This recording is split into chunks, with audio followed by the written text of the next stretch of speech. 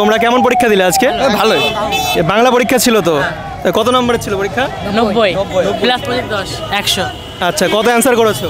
80 answer করেছো? বলো, এক এক করে বলো, তুমি বলো। আমি ওই 60 মতন করেছি। 60 করেছো, পাবে কত আশা করছো? আশা 50 পাবো আশা। 50। তুমি? এই 80 নম্বরেই 65 55 এরকম আশা করছো, তাই তো? তুমি? আমি ওরকমই 80 সব 80 না একই মানে আমার পাশে করে ছিল। তোমরা কি সব দেখে দেখে লিখেছো? না না মানে ওই 85 86 মতন ঢুকেছে? না স্যার টুকলি করেছে স্যার, এর পকেটে দেখেন টুকলি আছে দেখেন। থাকলে তোর যা কিন্তু কিন্তু এগুলো তো অবৈধ। দেখেন স্যার, দেখেন পকেটে বলে দেখেন।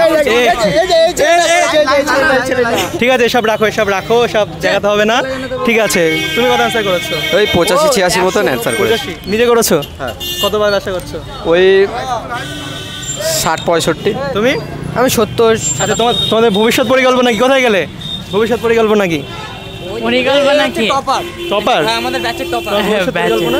এখন ভাবিনি, এখনো অত দূর ভাবেনি? যাইনি। তো 11 12 কি নিয়ে পড়বে এরপর? আর্টস। আর্টস নিয়ে পড়বে। তুমি? আমি আর্টস। আর তোমার তো জীবনে বড় পরীক্ষা ছিল, তাই তো? তো কেমন লাগলো পরীক্ষা হলে ঢুকে? ভালো।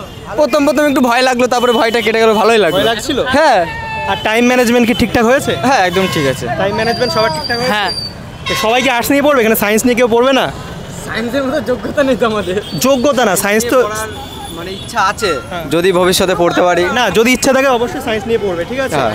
তোমার যে বিষয়টা ভালো লাগে সেটা নিয়ে পড়ার চেষ্টা করবে, অবশ্যই। ঠিক আছে? তো সবাইকে বেস্ট অফ লাক, পরের দিন ভালো করে পরীক্ষা দিও। ঠিক আছে? ঠিক আছে।